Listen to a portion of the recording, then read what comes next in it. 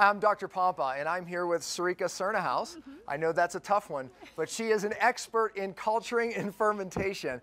And look, for those of you who have read my articles on probiotic, or at least the bacteria that you can't get in a pill or a powder, you must read it. And I also did one on intermittent fasting. And in both of those articles, I talk about the importance of fermentation. The #1 question that I've been getting is, okay, Dr. Pompa, we are sold. However, how do you do this? You talked about fermenting nuts and seeds and different things, and how do you do that? And I quickly give you an email, but now I've brought an expert in. So I did this for you because I know that I want you to do this. You know, one of the things that I talk about, and I definitely want to hear from your perspective is, you know, some of these bacteria that we're getting in fermentation, you can't get in a pill or a powder. That's right. You know, but let me start here. How did you become such an expert in this? I mean, where did you get the interest? You know, it was reading The Maker's Diet from Jordan Rubin. A friend introduced me to that, and she said, Sarika, this sounds like the sort of thing that you're really into. Right. And it was such a good introduction for me. And really, when I started getting into the traditional foods, it was with making homemade cultured foods. Yeah. Making homemade kefir, making homemade yogurt. Right. You know, just using dairy products to do that. And so that's how I began. And it's just been an evolution ever since. Right. Yeah. Well, you know, they've heard it from me, and, you know, if they've read those articles, and hopefully you have. And if you haven't, I should say, Dr. Pompa, go to resources, and they're under article archives. But, okay, so what do you feel some of the benefits about this? Oh, you know, what we've seen in our family is, you know, if we talk about just what it does for the health profile, it amazes me how our family is so strong against the colds and flus that come through. Right. That just, I know, makes such a huge, huge benefit to us. But the other thing too is you use these cultures to pre-digest other foods. That's right. You know, and that's something. So you're not going to get the nutrients out of them if you don't pre-digest. And there's some other issues with that. Oh, absolutely. If you don't do the pre-digestion, what ends up happening is there are different anti-nutrients that are in seeds and nuts, legumes, and grains certainly.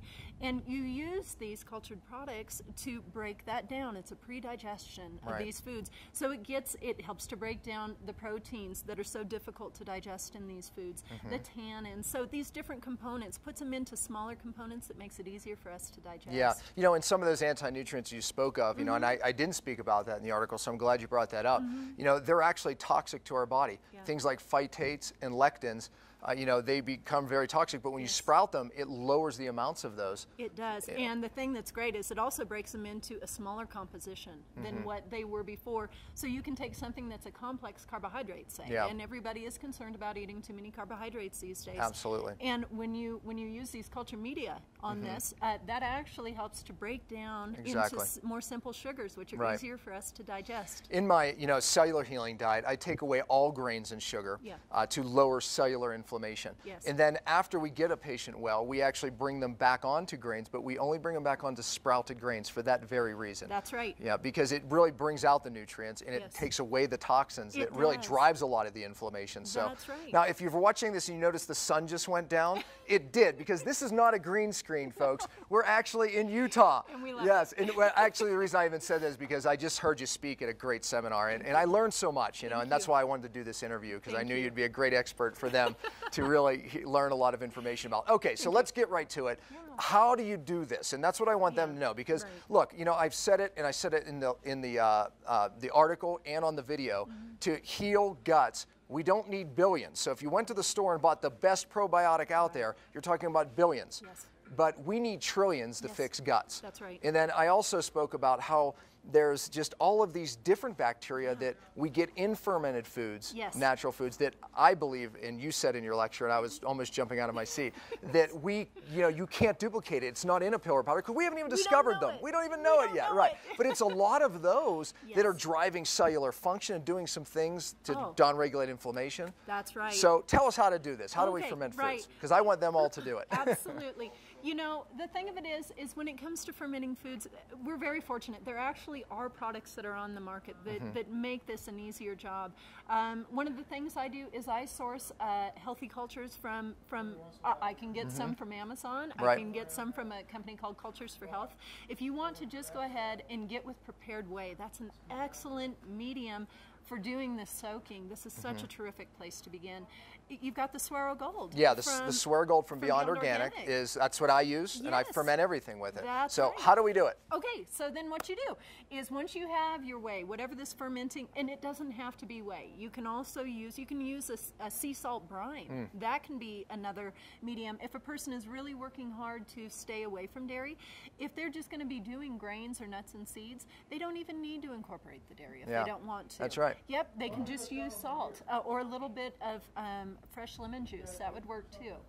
And so with this, what you want to do is you want to clean off whatever it is you're going to be culturing. You want to rinse that off, and then you want to take that food and put it into a warm water whey bath. And so what I would do, let's say we're going to be soaking some almonds. Okay, so we'll use that as an example. We'll take a cup of almonds, and then what I would do is I would take a cup of warm water, and when I say warm water, I'm talking about 110 degrees or so. Okay, and then I would add some whey because I do like the activity. So we can dump in the Swirl Gold if that's the whey we're using. That's right. Okay. So you would use maybe a half a cup of the Swirl Gold. I was going to ask. Yeah, about a half a cup of Swirl Gold, about a cup of water. Put that over your almonds. And but this could be grains too. It could be grains. Grains, almonds. It could be legumes. Legumes. Yes. Okay. Yep. Seeds. Any of that. So that's what you do. You pour it over, and then you let that just sit. Let it rest.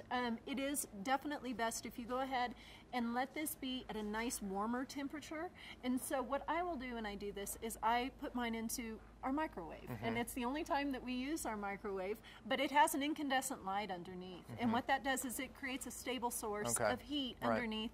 And I let it go for about 24 hours. Now what you'll want to do when you do that is it's important to go in and kind of stir the pot, if you will. Okay. You need to disturb the surface water so that you don't have any mold or anything forming on top.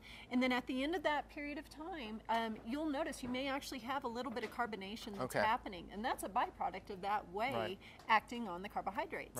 And so at the end of that, you just go ahead and rinse it off and strain it, and then it's something you can consume. And you could do this with vegetables as well. Oh, yeah, it's great to do with veggies. You know, the benefit of this is the bacteria that are already naturally on the vegetable. I mean, naturally growing there. You know, this kind of ignites all these bacteria. And, you know, and these are the ones, look, if you haven't, again, I'm going to say it, you know, watched any of the videos that I've done on this subject or the articles, read the articles, I talk about how, you know, we're missing these bacteria today. And we've learned just in new science that these bacteria literally give our cells directive.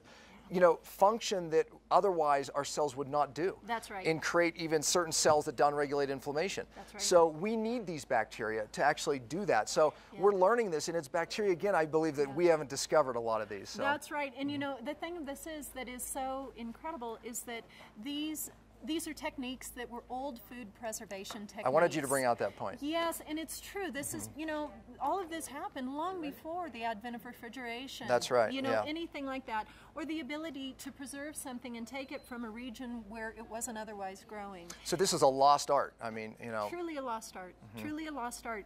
And the thing that we've replaced it with is bottling, you know, food preservatives, you know, high heat canning, this sort of a thing. And what we have lost in that technique is so much that, as you say, we don't even know how much nutrition is inherent in these kinds of foods. Exactly. Yeah.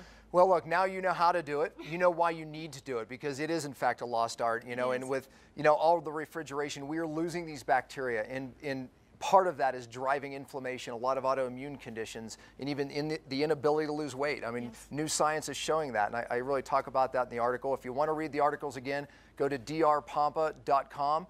Go under resources, article archives. The probiotic and the intermittent fasting is a way that we utilize this to really get really challenged conditions well. And, you know, it's a pleasure having you here, because I know this is the question that they wanted, how to do it. You can do it with vegetables, grains, nuts, seeds, you name it. You need a carbohydrate source, that's all you need. Exactly. So now you know, folks, and is there any other sources that they can learn more recipes or anything like that? Go ahead and give that. And if people have any questions, I mean, people are absolutely welcome to email me on my contact page.